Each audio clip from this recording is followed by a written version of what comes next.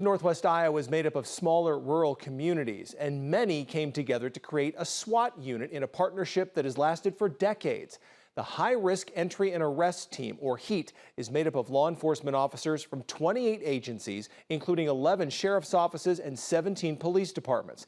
The team covers nearly 6,500 square miles across 12 counties in northwest Iowa and southwest Minnesota. HEAT serves nearly 132,000 people in all, averaging between 6 and 12 calls a year.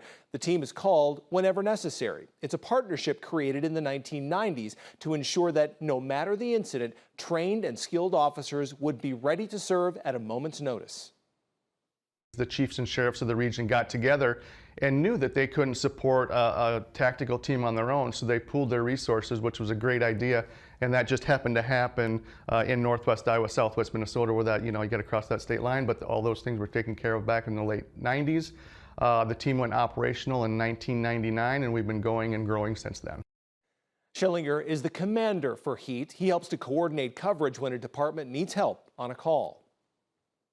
They can range from high-risk arrest warrants to barricaded suspects, high-risk drug warrants, anything that the agencies aren't either equipped or have the manpower or the training for.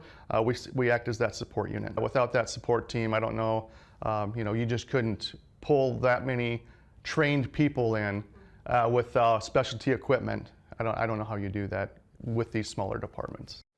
Schillinger says having a close relationship with so many agencies in the region is a big benefit for fellow officers and their communities as well.